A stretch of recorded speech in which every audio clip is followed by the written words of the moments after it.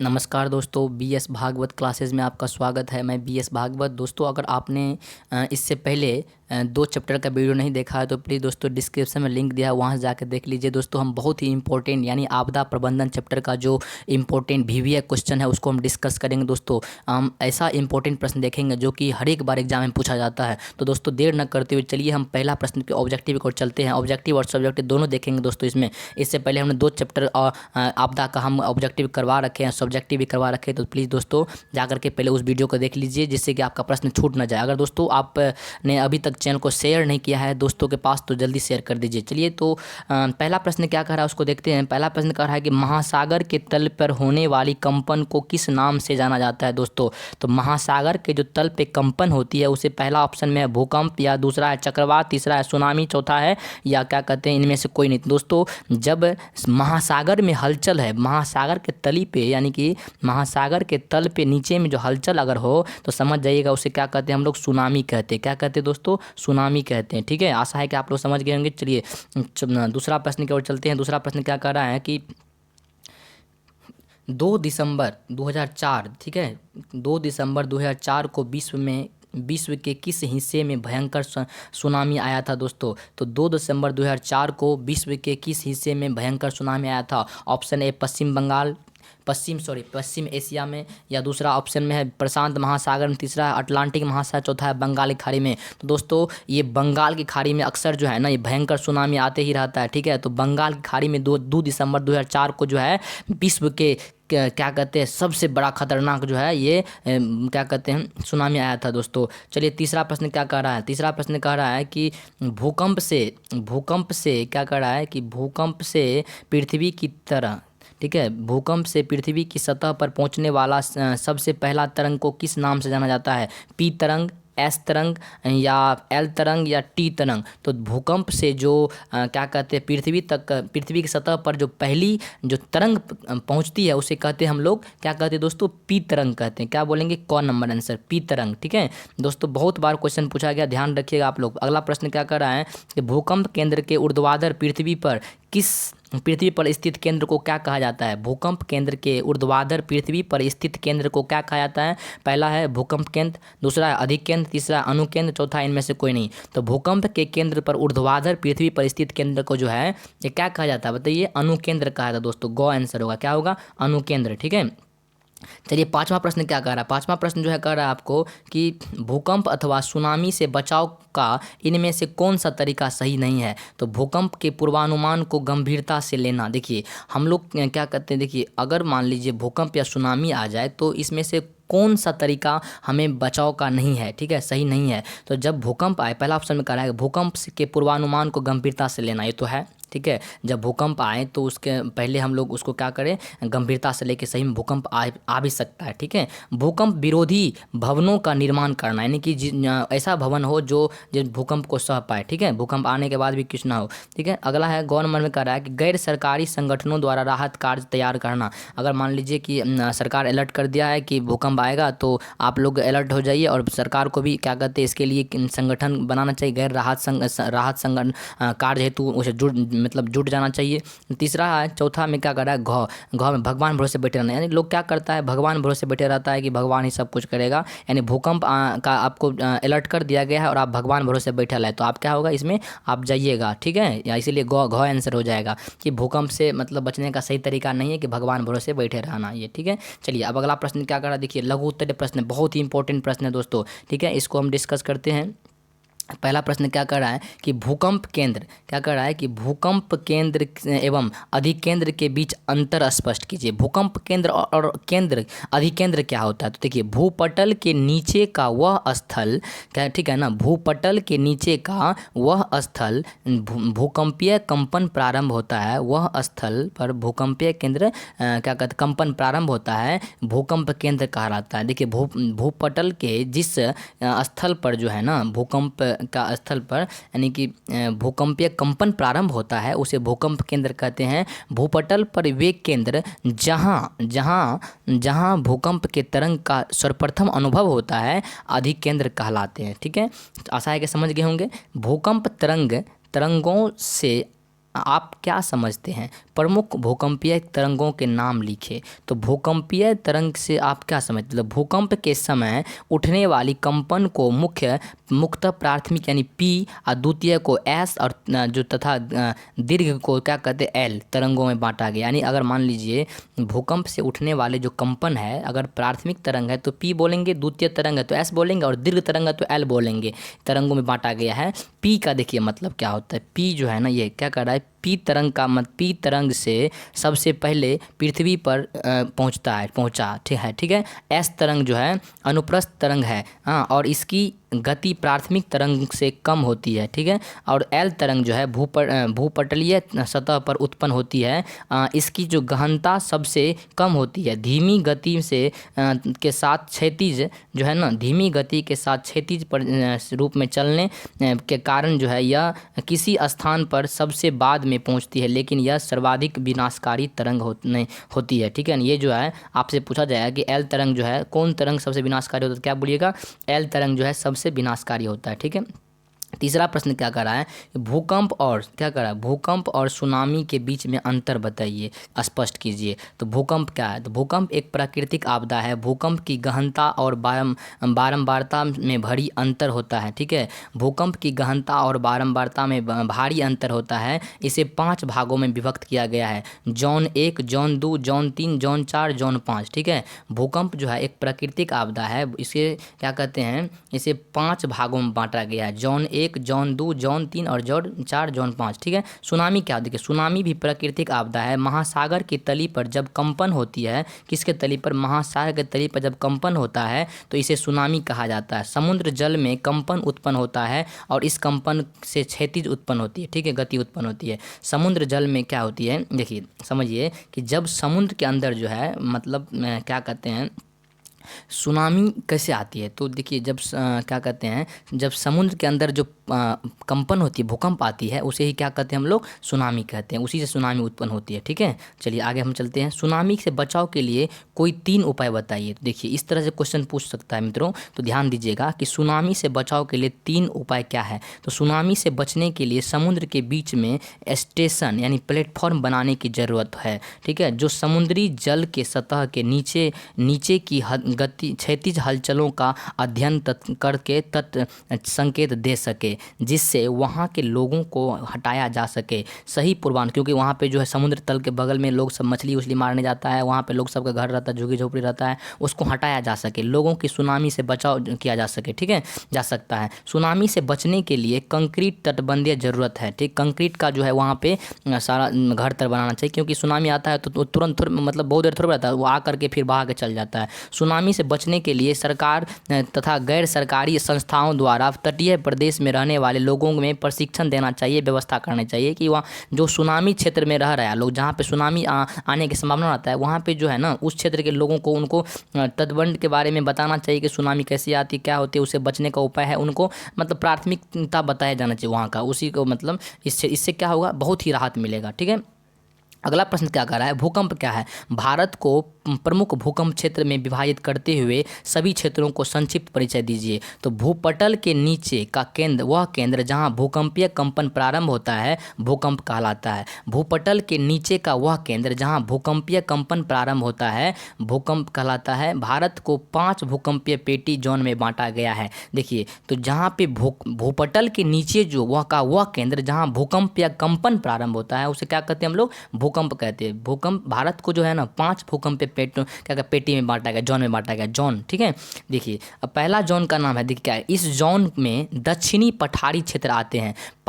पूछेगा जोन 1 में कौन आता है, तो बोलिएगा जोन 1 में जो है दक्षिणी पठारी क्षेत्र आते हैं, जहां भूकंप का खतरा नहीं के बराबर है, ठीक है। जोन 2 में कह रहा है इसके अंतर्गत प्राय द्वीप भारत के तटीय मैदानी क्षेत्र आते हैं, जहां भूकंप की संभावनाएं होती है, लेकिन तीव्रता कम होने के कारण अति सीमित क्या कहते हैं वहाँ पे असीमित, ठीक है, अति सीमित खतरे होते हैं, ठीक है। तीसरा बात क्या कर रहा है जोन 3 में क्या कर रहा है, इसके अंतर्गत गंगा सिंधु का मैदान, राजस्थान तथा उत्तरी गुजरात के क्षेत्र आते हैं। यहाँ पे जो है ना, यहाँ भूकंप का प्रभाव जो है तो प्रभाव का यहाँ भूकंप का प्रभाव तो देखने को मिलता है, लेकिन वहाँ कभी कभी विनाशकारी भी हो जाता है, ठीक है। कहाँ पे, तो ये जो है ये तीसरा जोन 3 में। और जोन 4 में दोस्तों इससे क्या होता है, जोन से क्या पता चलता है कि इस जोन में इतना खतरनाक भूकंप आने की संभावना है, इससे सरकार को सहूलियत होता है हमें बचाने में, ठीक है, राहत सामने पहुंचाने में। इसमें जोन 4 में कह रहा है इसमें अधिक खतरे होते हैं। इसके अंतर्गत शिवालिक हिमालय का क्षेत्र, पश्चिम बंगाल का उत्तरी क्षेत्र, असम घाटी तथा पूर्वोत्तर भारत का क्षेत्र तथा अंडमान निकोबार क्षेत्र भी आते हैं। दोस्तों इसको रट जाइए, आप लोग कहीं पूछ दे कि जोन 1 में कौन सा क्षेत्र आता है, जोन 2 में कौन क्षेत्र आता है, कहीं आपसे क्वेश्चन पूछ दे कि दक्षिणी पठारी क्षेत्र किस जोन के अंतर्गत आता है, तो क्या बोलेगा, जोन 1 के अंतर्गत आता है, ठीक है। देखिए है ना, इस तरह से पूछ देगा। अगर पूछ दे कि क्या कहते हैं जो जोन 2 के अंतर्गत जो है कौन सा क्षेत्र आते हैं, तो क्या बोलेगा, तटीय क्षेत्र, मैदानी क्षेत्र आते हैं। जोन 3 के अंदर कौन से क्षेत्र आते हैं, बोलेगा सिंधु गंगा सिंधु मैदानी क्षेत्र आते हैं, राजस्थान का उत्तरी गुजरात, ये सभी क्षेत्र आते हैं, ठीक है। जोन 4 में अगर पूछ दे कौन क्षेत्र आता है, ऑब्जेक्टिव में पूछ दे दोस्तों, ये जवाब देना। जोन 4 में कौन आता है, तो क्या बोलना है कि जोन 4 में जो है हिमालय क्षेत्र आते हैं, पश्चिम बंगाल का उत्तरी क्षेत्र आता है, असम घाटी क्षेत्र आता है, पूर्वोत्तर भारत का क्षेत्र आता है, अंडमान निकोबार क्षेत्र भी आते हैं। यानी कि जोन 4 में खतरा कैसे रहता है, जोन 4 में जो है ना पूछेगा तो कितना खतरा, जो बोलिएगा जोन 4 में अधिक खतरे होते हैं, ठीक है। और जोन 3 में क्या होता है, तो इस तरह से जोन 3 में जो है कभी कभी विनाशकारी खतरा भी हो सकता है। जोन 2 में क्या होता है, कभी कभी असीमित खतरा भी होते हैं, मतलब उतना नहीं होता है। जोन 1 में क्या होता है, जोन 1 में जो है मतलब नहीं के बराबर खतरा होता है, ठीक है। तो दोस्तों आप किस जोन में है, इसमें कमेंट करके दोस्तों बताइए आप किस जोन में आते हैं, ठीक है। तो चलिए, आशा है कि आप लोग समझ गए होंगे। दूसरा प्रश्न क्या कर रहा है, बहुत ही इंपॉर्टेंट है, सुनामी क्या होता है, बहुत बार पूछा गया दोस्तों, आप क्वेश्चन में उल्टा के देख लीजिए जा करके। तो देखिए क्या कर रहा है, सुनामी से आप क्या समझते हैं, तो सुनामी से बचने के उपाय का उल्लेख करें। तो सुनामी जो है ना एक ऐसी प्राकृतिक आपदाएं हैं जो महासागरीय की तली पर उत्पन्न कंपन से होता है, ठीक है। इस कंपन से जल में क्षैतिज गति उत्पन्न होती है। सुनामी से बचाव के लिए पूर्वानुमान आवश्यक है कि सुनामी कब आएगा, इसके लिए हमें पूर्वानुमान लगाना चाहिए। इससे बचने का बहुत यही उपाय है, नहीं तो अगर पूर्वानुमान नहीं लगाया जाए तो क्या होगा, इससे बहुत जान माल का क्षति होगा, ठीक है। चलिए, समुद्र के बीच में एक स्टेशन बनाना चाहिए, प्लेटफॉर्म बनाने की ज़रूरत है जो समुद्री जल के सतह के नीचे क्षैतिज हलचलों को पता कर सके, उसका अध्ययन किया जा सके। समुद्र के अंदर जो है एक स्टेशन बनाना चाहिए, यानी कि प्लेटफॉर्म बनाना चाहिए, जिससे कि समुद्र के अंदर जो हलचल हो रही है उससे क्या करें, पता चले, ठीक है, जिससे लोगों की क्या वहाँ से हटाया जा सके। इससे पहले भी दोस्तों हम डिस्कस किया है। सुनामी से बचाव के लिए कंक्रीट तटबंदीय क्या कहते हैं बनाने की जरूरत है, मतलब सुनामी क्षेत्र में जहाँ पे है बगल में, वहाँ मकाम जो है वहाँ पे कैसा बनना चाहिए, कंक्रीट का मकाम होना चाहिए, ढलाई किया हुआ मकान होना चाहिए अच्छा से, मतलब ठीक है।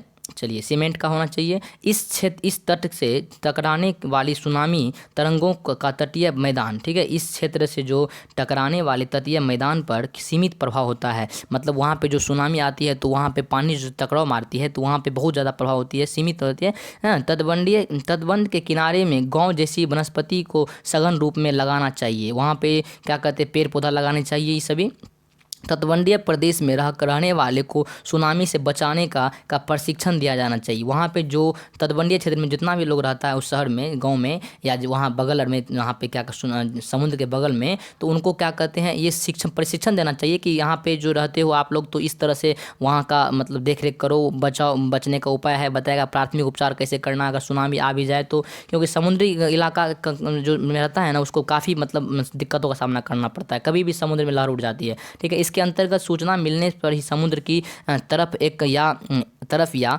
स्थल खंड की तरफ तुरंत भागने की तैयारी करना चाहिए। जब भी सूचना मिले कि मतलब जो है यहाँ पे समुद्री तट में यहाँ पे क्या कहते हैं ऐसा होने वाला है, तो वहाँ से तुरंत निकलने की भागना चाहिए, ठीक है। और सुनामी जल के स्थिर होने के बाद सामूहिक रूप से बचाव कार्य में लग जाना चाहिए। घायलों की चिकित्सा सुविधाओं के अंतर्गत प्रभावित लोगों को स्वच्छ पेयजल और भोजन की व्यवस्था करना। जो घायल है, जिसको चोट पहुँचा, उसको क्या करना चाहिए, उसको प्राथमिक उपचार देनी चाहिए, उसको तुरंत चिकित्सालय भेजना चाहिए, और जिसको पानी की आवश्यकता है उसे स्वच्छ पानी देना चाहिए, उसे भोजन की व्यवस्था करवानी चाहिए जिसको भोजन की जरूरत है। असामाजिक तत्वों द्वारा लूट मार न हो, इसके लिए आम लोगों का सहयोग होना चाहिए। कभी कभी होता है क्या, जब समुद्री लहर आ जाती है तो वहाँ पे असामाजिक लोग सब क्या करता है, जो लूट मार की मतलब करने लग जाता है, लूटपाट जो, ठीक है ना, सभी भाग जाता है तो घर में लूटपाट करने लग जाता है। इसीलिए ये सभी ना हो, इसके लिए व्यवस्था, समुचित व्यवस्था करना चाहिए। जैसे कार्यों को करना आवश्यक है, ठीक है, जिससे सुनामी जल न्यूनतम प्रभाव डाल सके, जिससे कि सुनामी से उतना क्षति ना हो, हानि ना हो, ठीक है। अगला प्रश्न क्या कर रहा है कि तीसरा प्रश्न क्या कर रहा है कि भूकंप एवं सुनामी के विनाशकारी प्रभाव से बचने के उपाय का वर्णन करें। दोस्तों अगर आप इस चैनल पे पहली बार है दोस्तों, प्लीज़ दोस्तों आप चैनल को सब्सक्राइब कर ले दोस्तों, और अपने मित्रों को भी शेयर कर दीजिए दोस्तों। ये जो मैं सवाल बता रहा हूँ, प्रश्न जो बता रहा हूँ आपको, बहुत ही इंपॉर्टेंट, एग्जाम में बहुत बार पूछा गया है।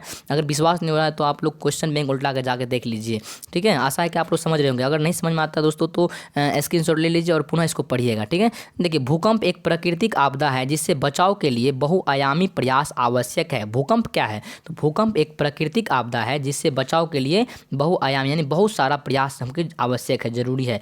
इन प्रयासों को निम्नांकित शीर्षकों के अंतर्गत रखा जा सकता है।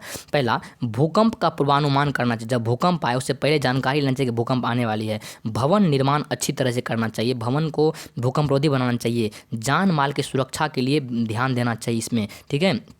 अगला है, चौथा में क्या कर रहा है कि प्रशासनिक कार्य होनी चाहिए, प्रशासन को भी मतलब सहयोग करना चाहिए। गैर सरकारी संगठनों का सहयोग होना चाहिए, मतलब जो सरकारी सुविधा है इस सब का भी मतलब सुविधा मिलना चाहिए। कभी कभी बाढ़ आ जाने से या भूकंप आ जाने से लोग का घर जान माल का क्षति हो जाता है, जिससे मान ले मलबा को हटाने में प्रशासन भी वहाँ मदद करे, गैर सरकारी लोग भी मदद करे, ठीक है।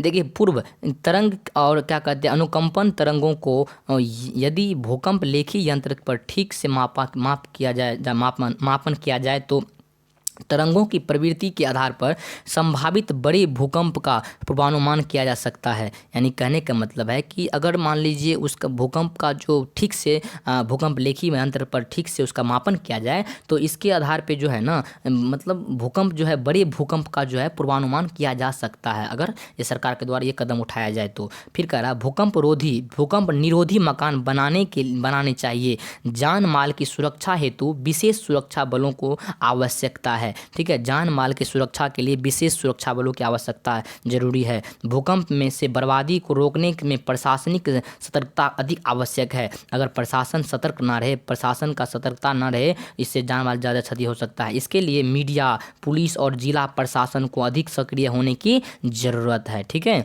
अगला कह रहा है कि देखिए, भूकंप की तबाही को रोकने में गैर सरकारी संगठनों की अहम भूमिका होती है। ये संस्थाएं न सिर्फ तत्काल राहत पहुंचाने में मदद कर सकते हैं, वरन भूकंप निरोधी भवनों निर्माण तथा भूकंप से तत्काल बचाव के लिए भी प्रशिक्षित भी कर सकते हैं। दबे हुए मलबे में से आम लोगों को निकालने हेतु सामान्य तरीकों के अलावा सरकारी तंत्र की मदद से नवीन तकनीक का उपयोग करते हुए, ठीक है, सांस लेते हुए मानव को बचाने का कार्य करना चाहिए। ऐसा नहीं कि मलबा में दबल लोग है, सांस ले रहा है, उसको छोड़ के चल गए, नहीं, उनको भी बचाने का कार्य होना चाहिए। किसके द्वारा? प्रशासन के द्वारा और आम लोगों के द्वारा भी होना चाहिए, ठीक है। चलिए, अगला कि विद्यालय में बच्चों को भूकंप से बचाव की जानकारी, इसी में से दोस्तों आपको रटना नहीं, इसमें से पॉइंट याद कर लीजिए, जो जितना आप लिख सकते हो उतना लिख दीजिएगा अगर पूछेगा प्रश्न तो।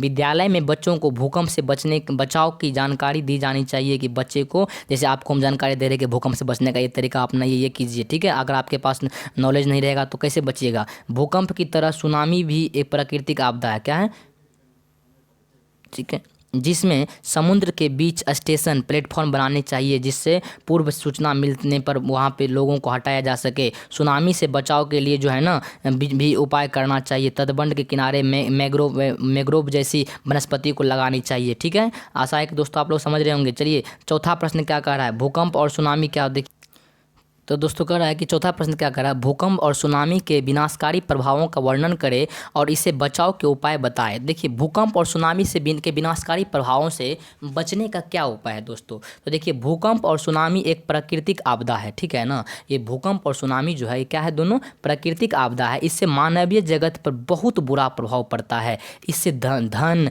जान माल की अपार क्षति होती है। बड़ी बड़ी इमारतें एक मलबे के रूप में चले जाती है, बर्बाद हो जाती है, जिससे आर्थिक हानि होती है। सुनामी आने से समुद्र के किनारे के गरीब मछुआरे का जो है, समुद्र किनारे जो मछुआरा रहता है, गरीब मछुआरे का जीवन संकट में पड़ जाता है। अभी हाल में ही जापान में भूकंप के झटके ने जापान वासियों को दहशत में डाल दिया है, ठीक है, ला दिया है। वहाँ के लोगों का जीवन खतरे में पड़ गया है। भूकंप और सुनामी में आने से न केवल जन हानि होती है, बल्कि इसका देश की आर्थिक व्यवस्था पर भी बुरा प्रभाव पड़ता है, ठीक है। इन दोनों विनाशकारी आपदाओं से देश की स्थिति डवाडोल होती जाती है। लोग अपने आप को सुरक्षित महसूस नहीं कर पाते हैं और दहशत में रहते हैं। इसका ज्वलंत उदाहरण जापान है, जहां भूकंप के झटकों ने जापान में अपना विनाशकारी लीला दिखाया है। अतः इस प्रकार यह कहा जा सकता है कि भूकंप और सुनामी के बहुत अधिक विनाशकारी प्रभाव होते हैं। भूकंप से बचाव के उपाय दोस्तों, भूकंप से बचाव के क्या उपाय, देखिए भूकंप जो है ना, भूकंप से बचाव के उपाय है। भूकंप का पूर्वानुमान क्या कहते हैं, भूकंप लेखी यंत्र के द्वारा भूकंपीय तरंगों का पूर्वानुमान किया जा सकता है।